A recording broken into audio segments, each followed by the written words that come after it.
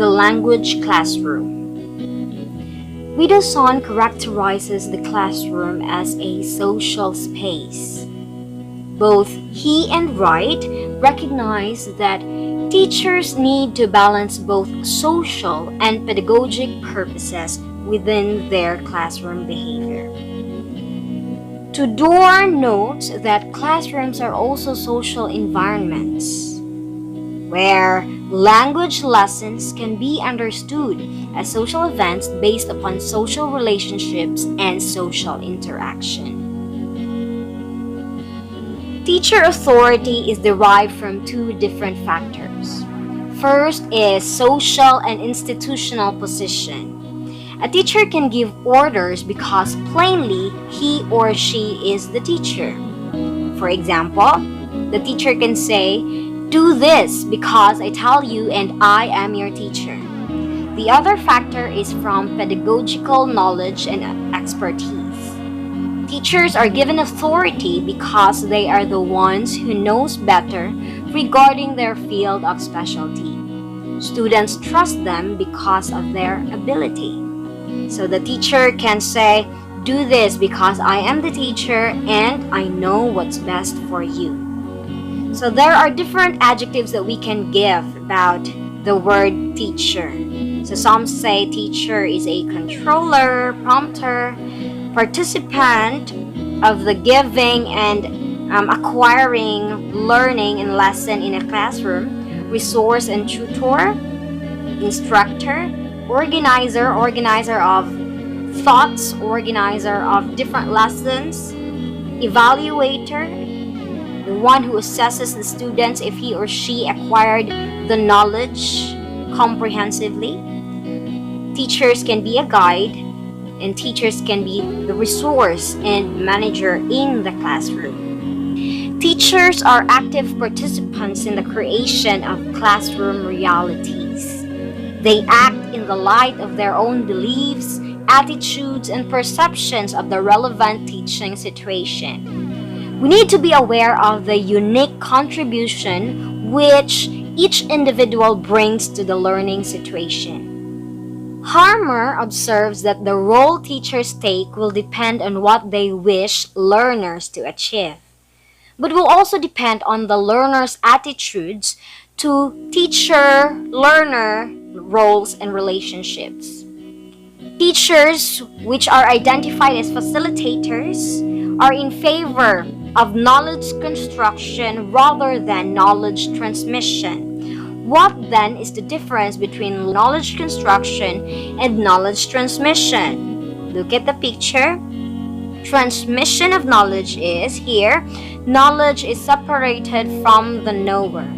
This is neutral or objective, plainly objective. The curriculum is fixed and inflexible. So, what is written in the curriculum must be followed.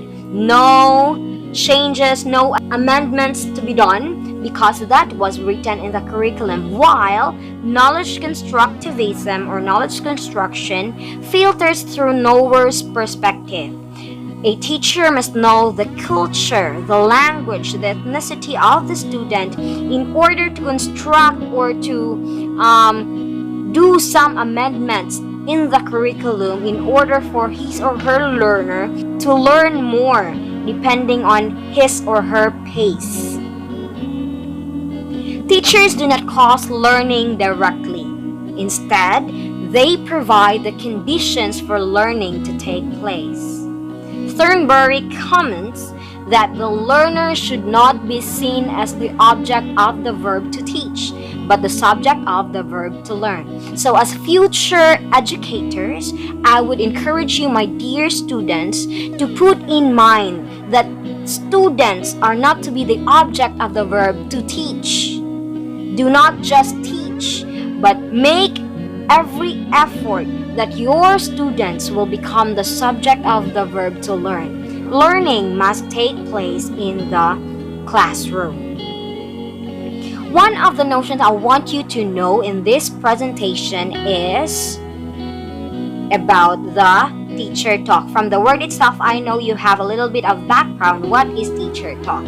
So in the context of second language classroom or L2 classroom, where the medium of instruction is also the lesson content, that is, language is both the vehicle as well as the object of instruction, teacher talk then is the language teachers typically use in classroom. It can be conceptualized in two different ways.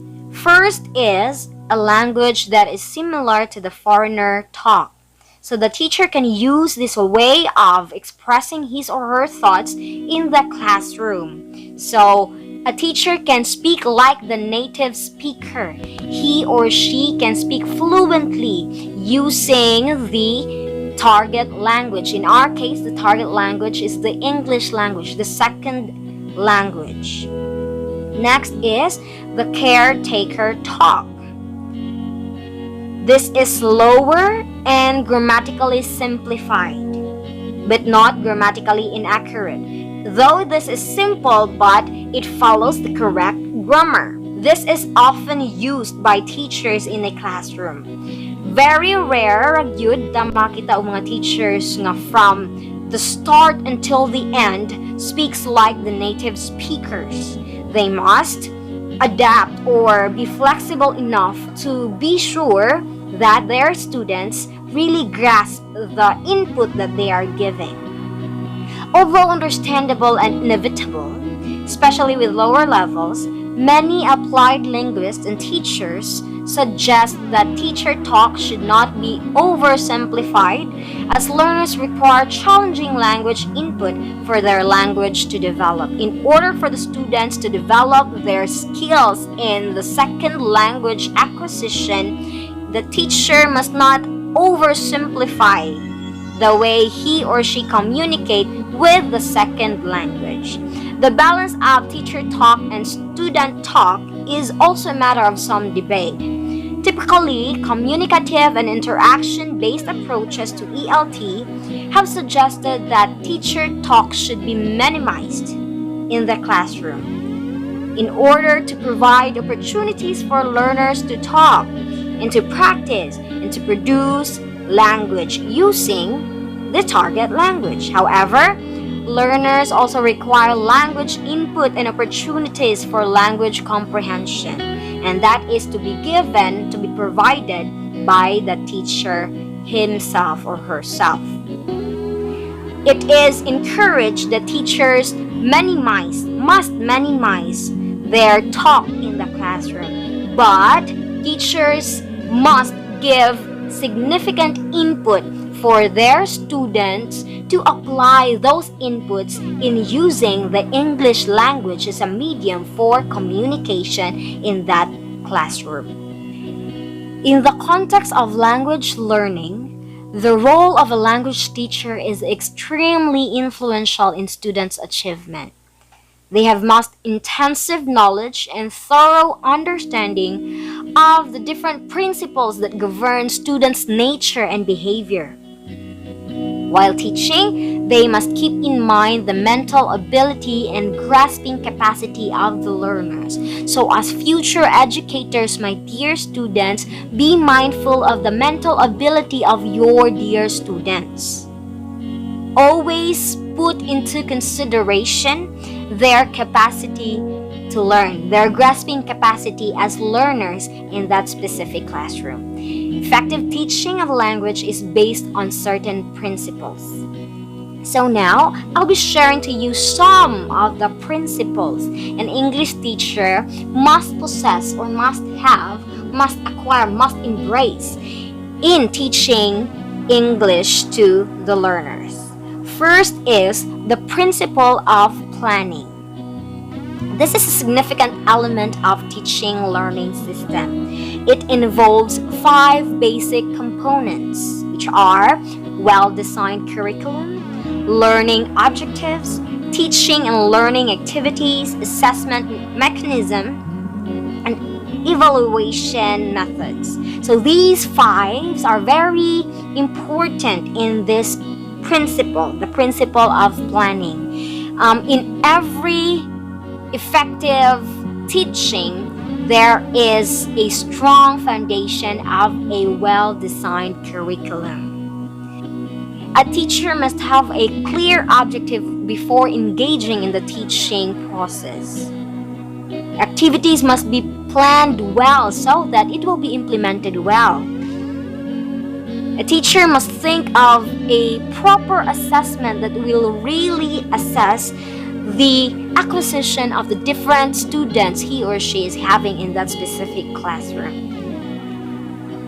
So this principle provides structure for essential learning so that the teacher cannot deviate from the main topic. So it guides the teacher what to teach and what to do in that session.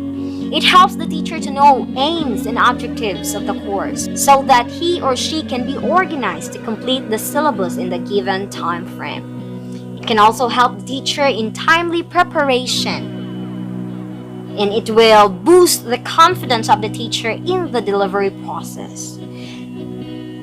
Okay, here look at the picture. I want to remind everyone about this wonderful quote which states, "If you fail to plan, you plan to fail." So planning is very essential in the teaching career. Next is principle of motivation. The success of a student depends on the rate of teachers' motivation to students. A teacher must understand the relationship between motivation and its impact on language acquisition. So as future teachers, please do understand that motivation plays a significant role in language acquisition. So the teacher's job is to create a friendly environment in which all the students feel recognized and valued. It is important that the students feel belongingness in the classroom. Motivate the students by providing previous year students' achievements. So you acknowledge their achievements. You acknowledge the things that they have done wonderfully. Language can be quickly learned if curiosity is created in it. So teachers, as future teachers, it is our task to ignite curiosity among the minds of our students. Encourage the students to set short-term goals and help them to achieve particular goals. Teachers of supporting environment and biased feedbacks, friendly atmosphere have great impact on language acquisition for students. Being positive in a negative situation is not naive. It's leadership. So teachers, as future teachers, you are born to lead. You are leaders in your own way. Next is principle of creativity.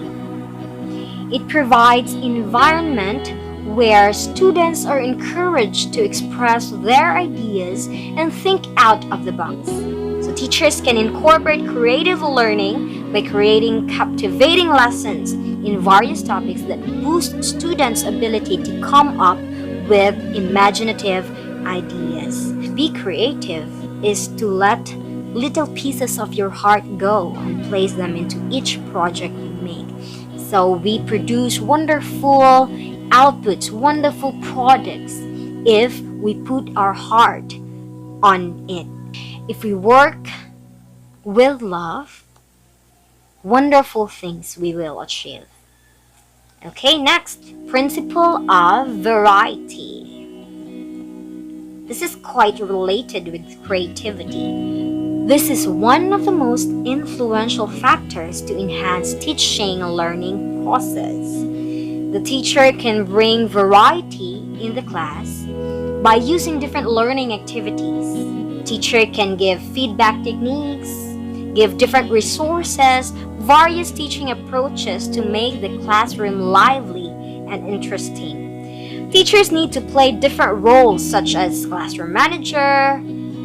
He or she can be a facilitator, a mentor, a communicator, to make the students actively involved in the various types of activities. that foster all-round development. Activity-based learning encourages the students to be independent thinkers. So it is very important to give activities to your students, to your future students, for them to be independent. The activities not only build students' self-confidence, but also develop healthier relationship between students and teachers and students. The beauty of the universe consists not only of unity in variety, but also of variety in unity. So there is beauty in variety. So do not use only one technique in teaching or only one approach. You think of different approaches and creatively apply those various approaches, strategies for your students to participate in your session. Next is principle of feedback. This is also an essential element of improving the learning process of the students. This is acknowledged as a vital approach to facilitate students' development as independent learners in order to monitor, evaluate, and regulate their own learning. It enhances learning and improves students' outcomes. The more you give feedback, the more they learn something essential.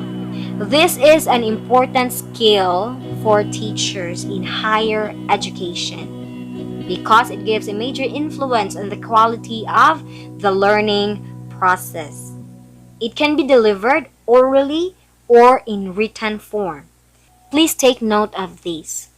Through proper feedback, students are able to get guidance and opportunities for improvement by acknowledging their drawbacks.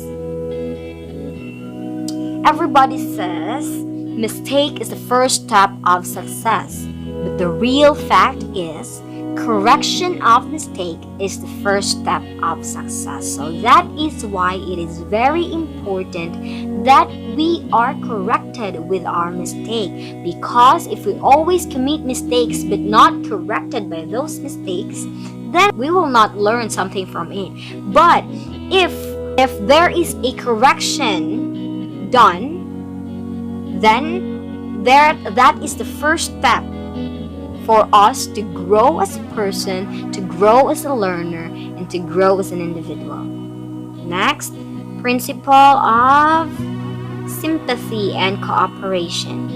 Teachers should provide encouragement and promote courteous behavior in the classroom. In case of classroom disagreements, teachers should cultivate an unbiased outlook and make a decision based on the best interests of all.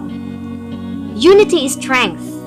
When there is teamwork and collaboration, wonderful things can be achieved. So the teacher takes a great part in building cooperation, collaboration, teamwork among the students. So a teacher must not be biased in his or her decision. He or she shall promote unity in the classroom. Okay, next. Principle of self-learning.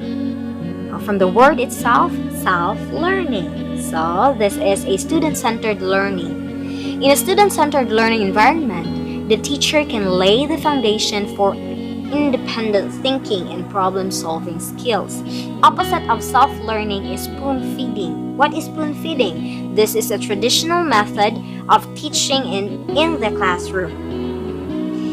It primarily consists of teacher-centered style where the instructor provides the students with all the information they need to know. Here, instructors express exactly what they wish to teach. What the students need to do in this spoon-feeding strategy is just to copy notes, memorize the material, and be very sure to pass the exam. That is the only goal in this spoon-feeding strategy. Students become passive learners because they just memorize or they just copy notes.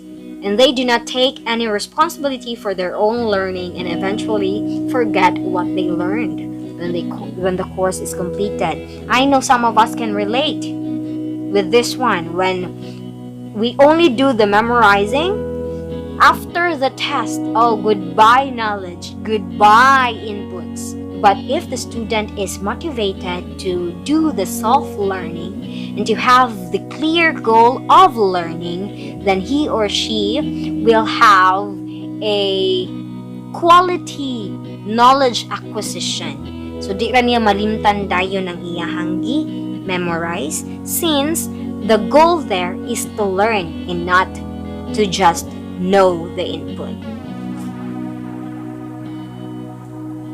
Look at the picture.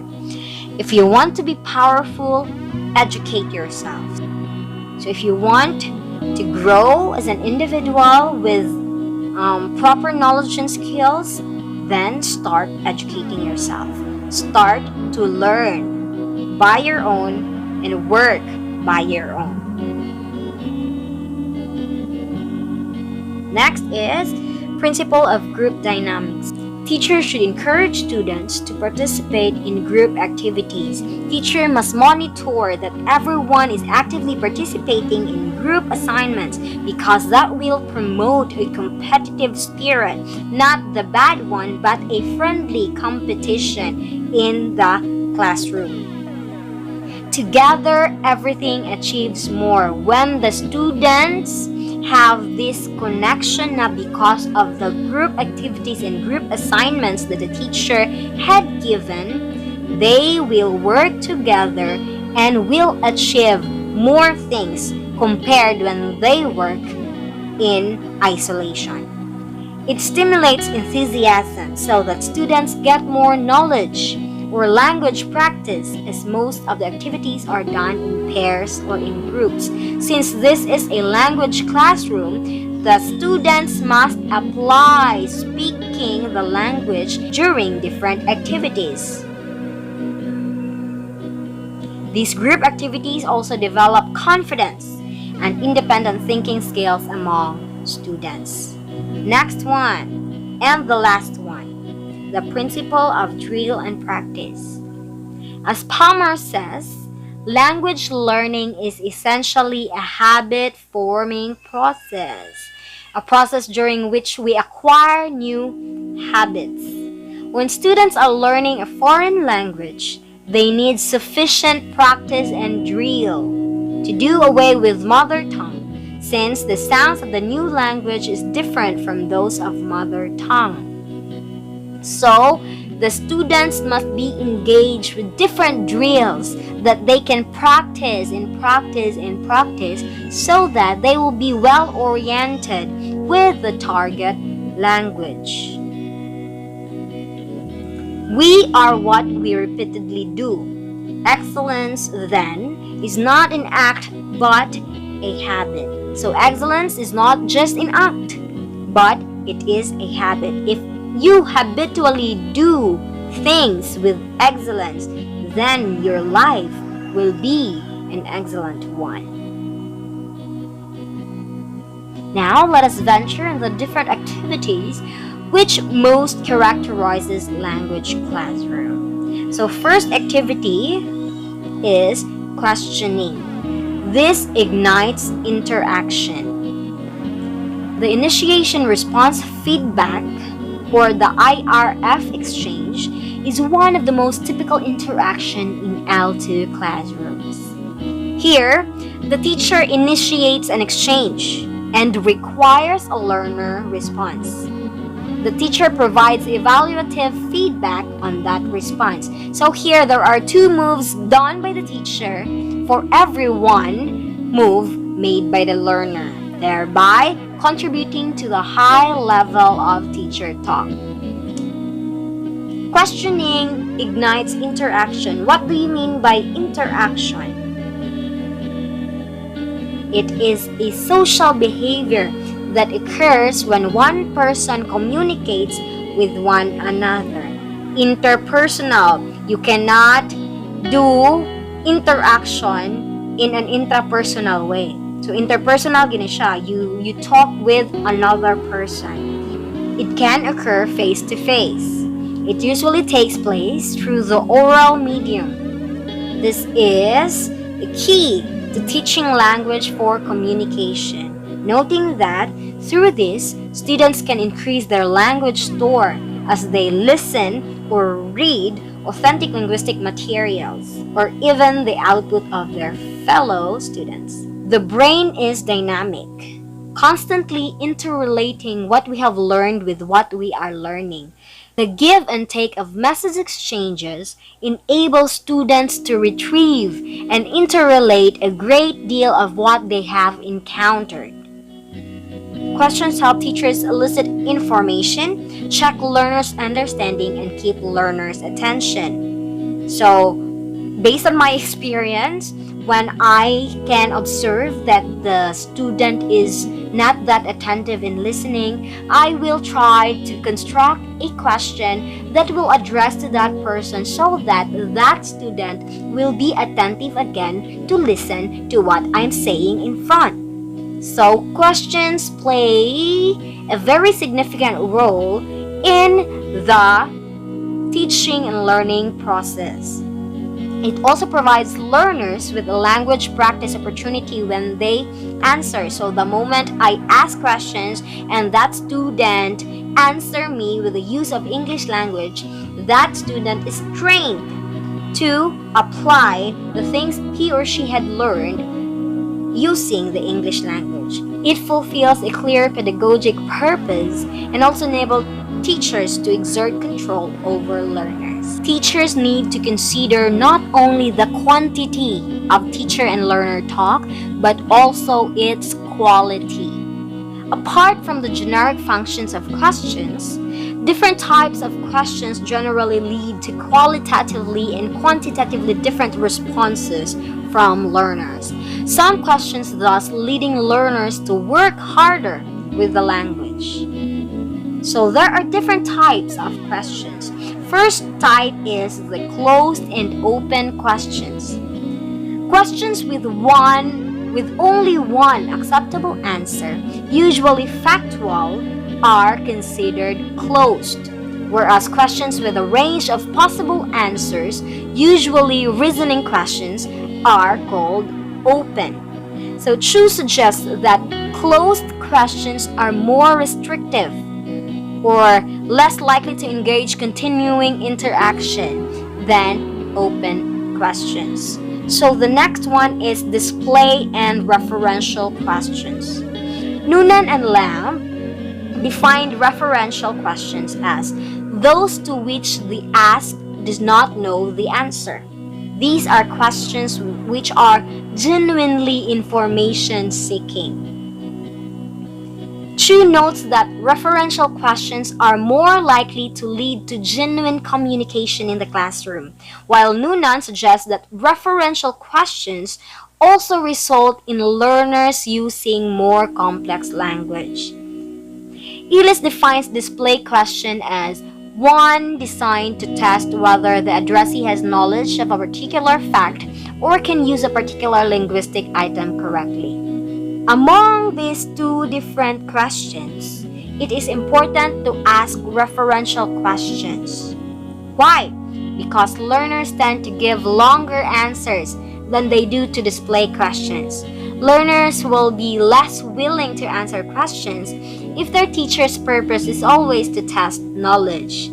So if you ask questions that will ignite their critical thinking skills, then the students will have the willingness to answer the question sincerely.